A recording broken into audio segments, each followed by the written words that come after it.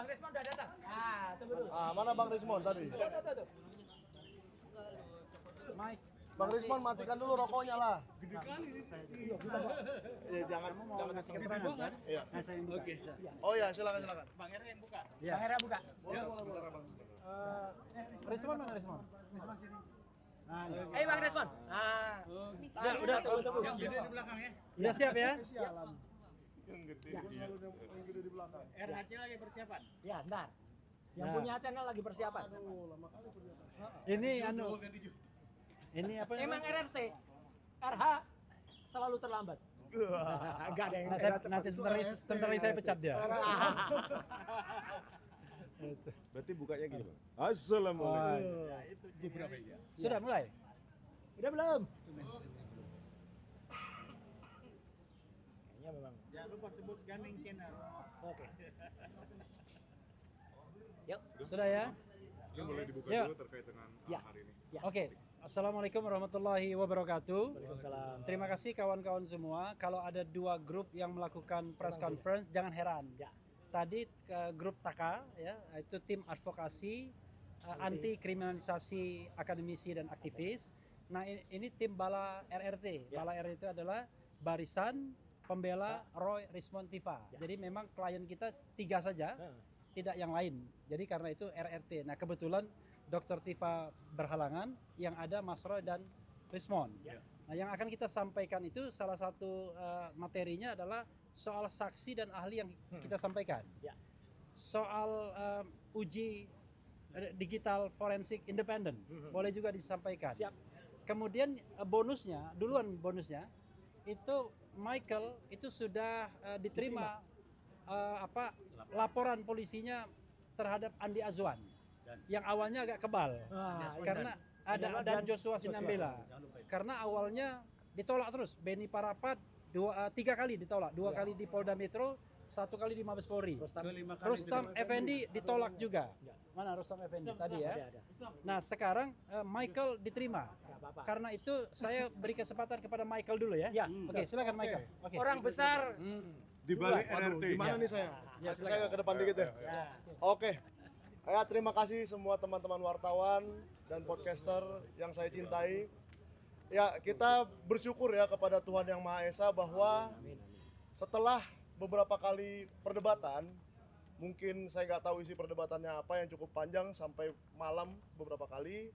Kemarin pada hari apa ini? Tanggal 18 Desember, saya melaporkan Andi Azwan dan Joshua Sinambela mengenai kebohongan yang mereka lakukan di sebuah acara talk show TV nasional.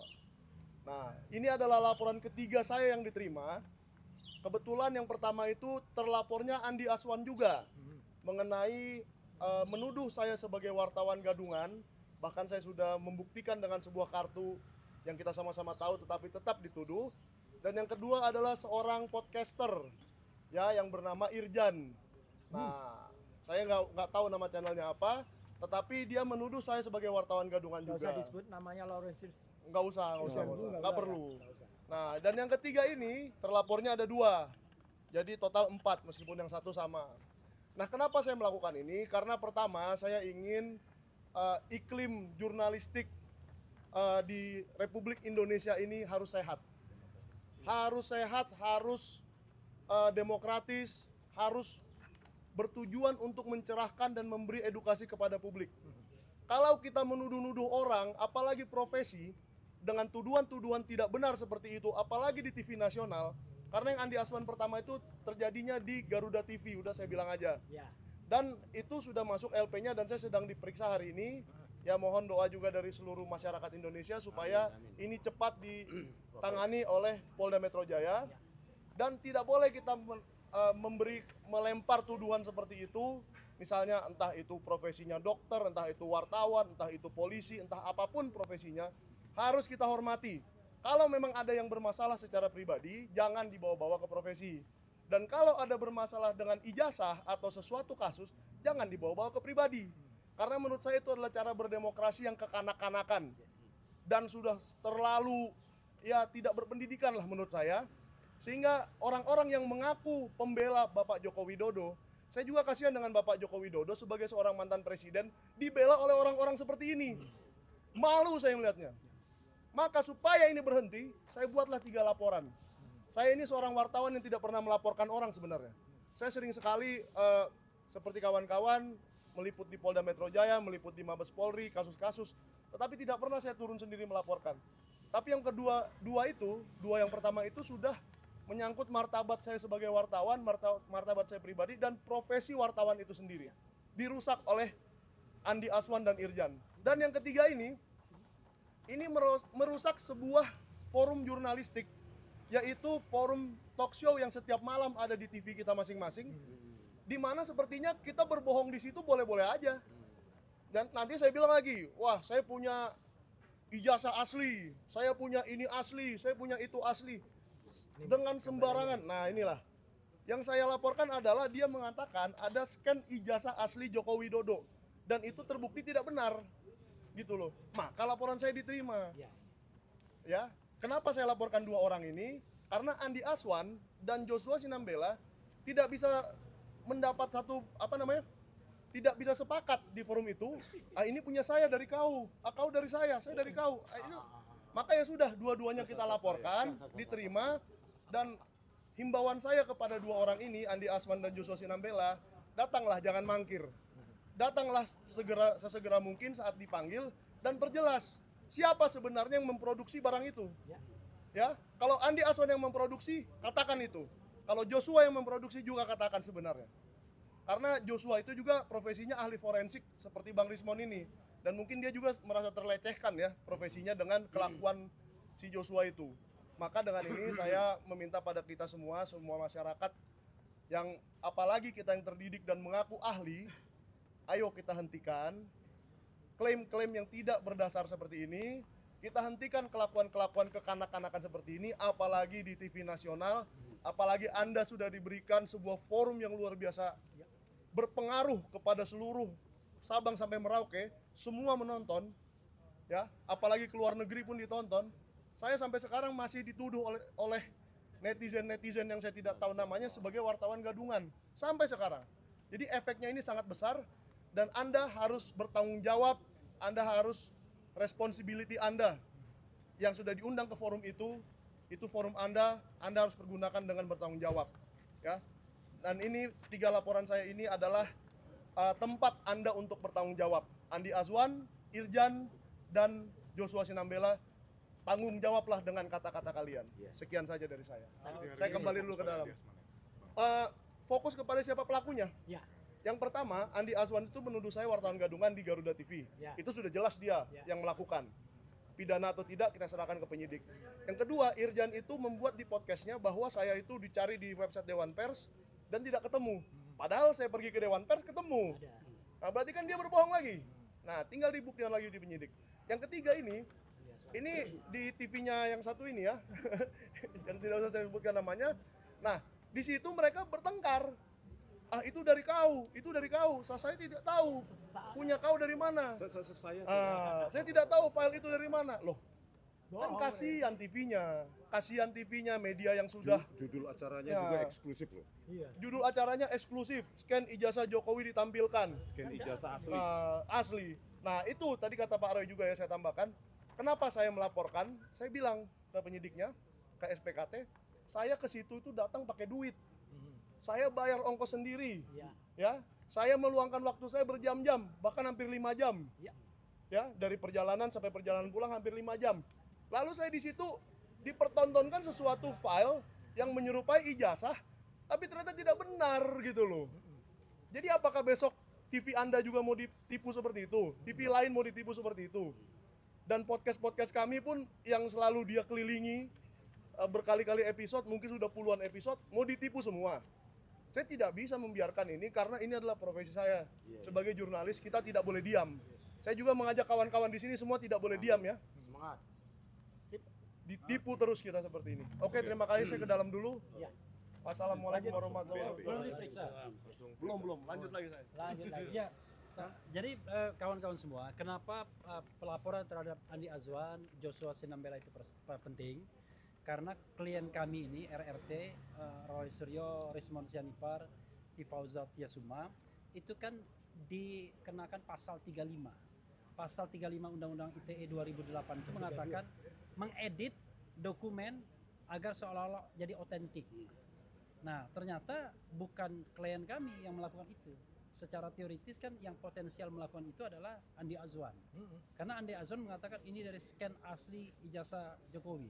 Padahal secara kronologis itu nggak masuk akal. Kenapa? Karena ijazah Jokowi itu disita, sokol ya, ijazahnya yang analog itu disita pada tanggal 23 Juli 2025 berdasarkan gelar perkara khusus kemarin. Dan penetapan pengadilan negeri Surakartanya 24 Juli. Jadi dari mana dia bisa mendapatkan scan asli tersebut? Karena kalau mau scan kan harus dari ijazah analognya. Ijazah analognya sendiri kita masih persoalkan apakah itu asli atau tidak. Mas Roy tetap berkeyakinan 99,9% palsu.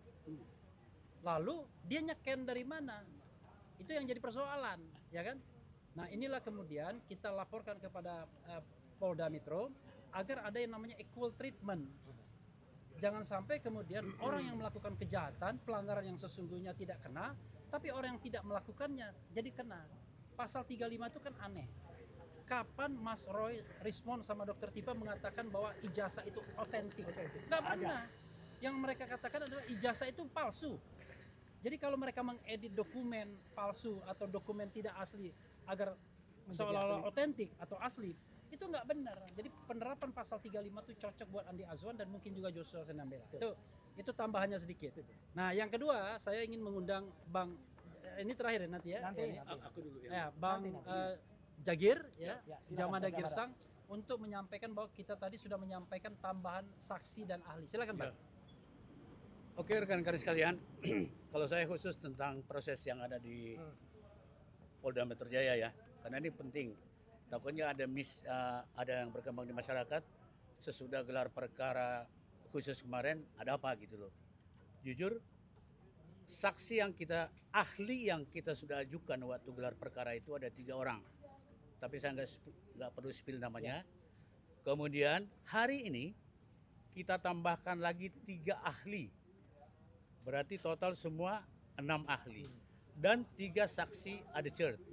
Sebagai informasi, ahli yang kita ajukan hari ini adalah satu saya sebut namanya adalah Rocky Gerung.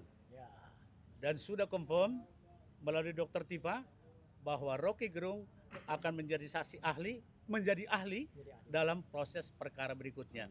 Kapan itu dipanggil kita belum tahu. Ini kan sudah mau libur akhir tahun segala macam.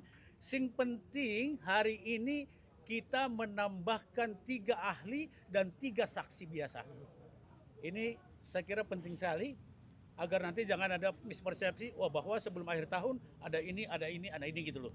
Jadi semua ahli itu akan diperiksa dulu sesuai dengan prosedur. Jadi dasar daripada pengajuan ahli dan saksi tersebut Perkap nomor 6 tahun 2019. Jadi jelas ya kita tidak melangkahi aturan. Pasal 33 ayat 1 dan 2 mengatakan kenapa kita begitu tambahkan ahli, karena ini perkara yang sudah menjadi perhatian masyarakat. Ketiga, ya pasal 33 ayat 2 kita boleh mengajukan ahli. Itu tercatat dalam Perkap nomor 6 tahun 2019 tersebut. Oleh sebab itu, kami selaku kuasa hukum RRT, Roy, Rismond dan Tifa yang sebentar lagi mungkin ke sini mengatakan itu secara definitif bahwa atas nama mereka bertiga kami ajukan sampai sekarang 6 ahli dan 3 saksi adjured. Jadi saya kira itu jelas ya rekan-rekan sekalian agar tidak miss untuk selanjutnya. Oke, mungkin selanjutnya sekarang materinya masuk ke yang berdua, Mas Roy dan Bang Risman dulu. Gitu ya. Terakhir Jadi aja, kita Bang. sinergi begitu ya. Sebelumnya Jembatan mungkin Bang dulu, Heru dulu. Jadi kawan-kawan semua ya, itu ada satu isu yang krusial ketika diperlihatkan ijazah sokol asli pada saat GPK gelar perkara khusus tanggal 15 Desember kemarin. Dan kemudian kita tahulah dari lawyer sana, wah bahagia minta ampun ya kan. Ada yang sampai menangis. Tapi Mas Roy dengan mata ahli telematikanya, mantan fotografer, bukan mantan, masih fotografer terkenal gitu ya. bahkan pernah mendapatkan penghargaan puluhan tahun yang lalu, mengatakan ini ijazah ini tetap palsu, 99,9% palsu. Nah karena itulah kemudian kami meminta kalau ada isu yang mengatakan ini sudah diuji di laboratorium forensik dimanapun, penyidik misalnya ya, maka kita minta ada uji lapor yang independen. Apa institusinya tidak perlu kita spill, pokoknya intinya yang independen dan tentu bisa dipertanggungjawabkan prosesnya. Mas Roy dulu atau Bang Risman dulu. silakan. Oke. Terima kasih rekan-rekan media. Ya, sebenarnya petunjuk kuat, ya, indikasi kuat yang kami terakhir ini kami paling ragukan adalah pada sidang KIP 17 November 2025 ya, di Komisi Informasi Pusat. Ya, di situ salah satu termohon adalah pihak Polda Metro Jaya. Ketika ditanyakan hakim, barang bukti ijazah sarjananya disita atau tidak. Nah, di situ pihak Polda Metro Jaya ya pada 17 November 2025 menyatakan bahwa barang bukti yang kami sita adalah transkrip nilai sarjana muda untuk keperluan yudisium sarjana muda. Sementara yang kami analisis, kami kaji secara ilmiah adalah ijazah yang dikatakan sarjana penuh dari UGM. Ini kan sudah mismatch. Ya, oleh karena itu permintaan kami kepada Polda Metro Jaya ya untuk ada setidaknya 4 dokumen yang akan dilakukan uji forensik secara independen. Kita punya sejumlah lembaga yang punya kemampuan untuk itu, saya tidak perlu sebutkan ya. Yang pertama adalah ijazah sarjana penuh itu tersebut ya yang menjadi objek sengketa. Yang kedua adalah transkrip nilai. Ya, transkrip nilai yang ditampilkan oleh Dirtipidum pada 22 Mei 2025 yaitu tanpa otoritas dekan, pembantu dekan, tanpa tanda tangan, tanpa nama, tanpa stempel dan tulisan nilainya tulisan tangan dan tanpa ada daftar mata kuliah pilihan. Yang ketiga adalah lembar pengesahan skripsi, pembimbing skripsi atas nama Joko Widodo yang menurut keterangan dari Dirtipidum pada tanggal 22 Mei 2025 dilakukan uji yang tidak saintifik dan disimpulkan dengan meraba, merasakan ada cekungan dan langsung disimpulkan itu produk dari handpress atau letterpress. Sementara kami membuktikan secara ilmiah bahwa itu adalah produk dari digital world yang ada sejak 1992 justru. Terus yang keempat, jika ada maka kami ingin dokumen sertifikat KKN dan laporan KKN juga diuji forensik. Jadi 4 dokumen tersebut itu menjadi pointer sangat penting untuk dilakukan analisa. Berikutnya tanggapan saya kepada penjelasan di Humas yang membuat kami sakit hati ya. Hanya dengan menanyai 20 ahli langsung disimpulkan buku JWP kami Jokowi's White Paper itu tidak ilmiah. Sekarang kepolisian sudah keluar dari arena permainan yang diatur undang-undang. Bagaimana mungkin ya sebuah institusi kepolisian itu melampaui tugasnya seolah-olah menjalankan tugas BRIN atau menjalankan tugas lembaga penelitian, menyimpulkan bahwa kami melanggar etik penelitian. Ya, bisa di-search bahwa sejak tahun 2002, 2003, 2004 setelah saya lulus dari Magister Teknik Elektro UGM, saya sudah melakukan penelitian tentang citra digital atau citra diam. Itu bisa kalian search di jurnal Teknik Teknologi Industri Universitas Atmajaya Yogyakarta dan 2 jurnal lain di jurnal Teknik Informatika dan Teknik Elektro Universitas Kristen Petra Surabaya. 23 tahun yang lalu saya sudah menekuni bidang ini. Bagaimana mungkin hanya 20 ahli tersebut ditanyai langsung kita, itu bukan ahli. Memangnya ahli butuh syarat apa? Harus nomor induk? Peneliti itu tidak butuh biarkan pembaca yang menilai, itu hasil penelitian. Dan kalau ingin membantah, dulu dosen saya di Teknik Elektro UGM, ya, 2 orang, keduanya sudah almarhum, Profesor Dr. Adi Susanto MSc, lulusan UCLA Amerika, dan Profesor F. Susianto, keduanya almarhum. Mereka mengajarkan, kalau Anda tidak setuju dengan temuan atau tulisan atau peneliti orang lain, maka yang wajib Anda lakukan adalah buktikan dan tuliskan. Tuliskan inilah peradaban bangsa kita, bukan dengan narasi. Begitu, terima kasih. Oke. Terakhir, sebelum terakhir nanti tambahkan Bang Refli. Saya ingin tambahkan tadi yang disampaikan Mas Michael ya. Jadi untuk jelasnya, apa yang dilakukan oleh si Andi Aswan atau orang yang sebut namanya Joshua, dan bisa juga dia dibantu orang lain namanya Roni Teguh ya, siapa tahu ya. Itu adalah dia melakukan perubahan image atau mengkoreksi citra yang di-upload oleh Andi Aswan oleh si Sandi ya pada tanggal 1 April yang lalu. Dengan dikoreksi ini, diluruskan, itu berarti logo ini jadi rusak. Jadi sekaligus sebenarnya dua hal yang dilakukan, pasal 32 dan 35 Undang-Undang ITE itu dirusak semuanya. Jadi makanya saya mendukung penuh apa yang tadi dilaporkan oleh Michael Sinaga, dan saya siap menjadi ahli untuk Michael Sinaga. Insya Allah Dr. Resmond juga siap menjadi ahli untuk itu. Ya clear ya, itu yang pertama. Yang kedua adalah yang ingin saya tandaskan, orang selalu mengatakan kalau UGM mengatakan ya itu ikuti aja. Tidak. Satu, UGM sering sekali membuat kesalahan. Yang pertama jelas yang tadi saya katakan pada sesi pertama tadi. Ya, Wakil Rektor UGM ya Bu Wening mengatakan itu kedokteran, itu sudah salah. Yang kedua yang ini penting dan itu ditegaskan lagi oleh Bang Resmond mana tadi, ya. Pada penjelasan UGM pada bulan Maret, orang namanya Dekan Sigit Sunarta itu menjelaskan bahwa dulu mahasiswa itu mencetak di dua percetakan namanya Sanur dan Prima. Sanur dan Prima itu belum ada di tahun 85 dan itu tulis hitam di atas putih di penjelasan ugm.ac.id. Jadi itu penjelasan resmi, tidak pernah dikoreksi.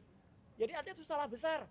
Ya, UGM saja salah besar untuk itu. Makanya kami men-challenge kampus kami yang saya cintai itu, yang kami cintai itu, yang baru saja kemarin merayakan Dies Natalisnya ke-76.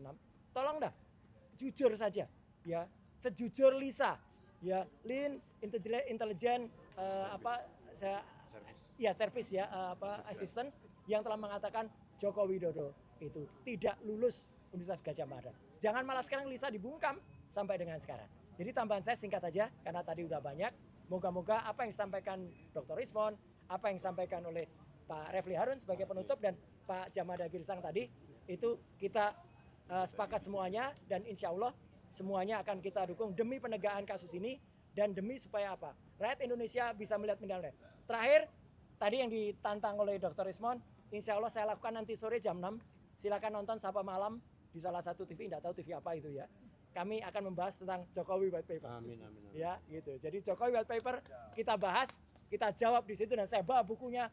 Mana mungkin 20 orang yang tidak semuanya adalah juga ahli forensik ya. Ahli forensiknya tuh saya dengar hanya ada 2. Yang satu juga cuman lulusan sebuah akademi komputer tapi kemudian masuk ke UGM itu bisa menilai bukunya tidak ilmiah ya. 701 halaman. Nanti saya bedah buku Jokowi White Paper Sebut nggak namanya, Roni Teguh. Oh, nggak usah disebut Roni Teguh lah ya. Dia hanya lulusan akademi.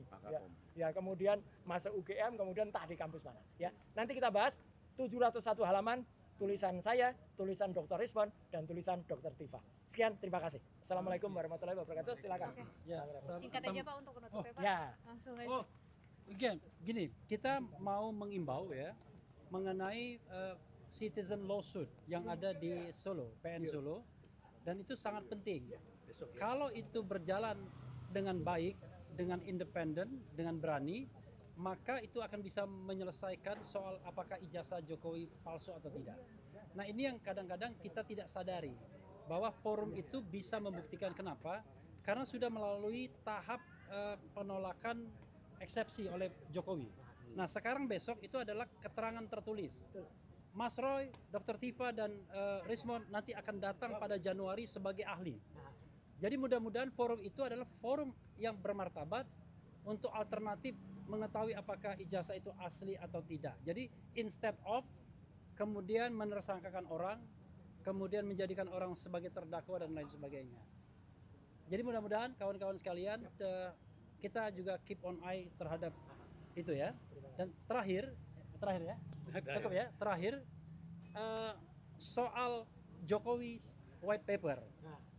Saya ragukan siapapun, entah dari Polda Metro Jaya atau orang yang mengatakan tidak ilmiah dan lain sebagainya, membaca buku itu. Mungkin saja membeli, tapi membaca tidak. Bagaimana Anda bisa mengatakan sebuah buku ilmiah atau tidak kalau Anda tidak membacanya? Nah, kalau Anda membaca, maka mudah-mudahan Anda seperti Dr. Ridho Rahmadi yang sangat surprise dan mengatakan bahwa tulisan itu pantas diganjar dengan gelar doktor. Bisa dicek ya. Ada Pak Prof. Tono Saksono juga, dan mereka bikin anotasi bagaimana referensi dibuat luar biasa. Jadi tolong MNC TV dan lain iNews, tolong dilihat bukunya, tidak hanya sekedar bahwa ada statement dari orang yang sebenarnya belum memiliki pengetahuan yang cukup untuk menilai. Makasih ya kawan-kawan semua. Wassalamualaikum warahmatullahi wabarakatuh. Brak. Saya besok nggak ke Solo karena diundang salah satu TV dengan 3 pemretnya untuk bikin acara spesial. Jadi kami ke Solo nanti. Ada yang siang ini, ada yang malam ini, ada yang nanti subuh nanti. Kami sore ini, kami siang ini. Hah? Siang ini jam 3. Apa urusanmu? Bang, pamit. Good luck.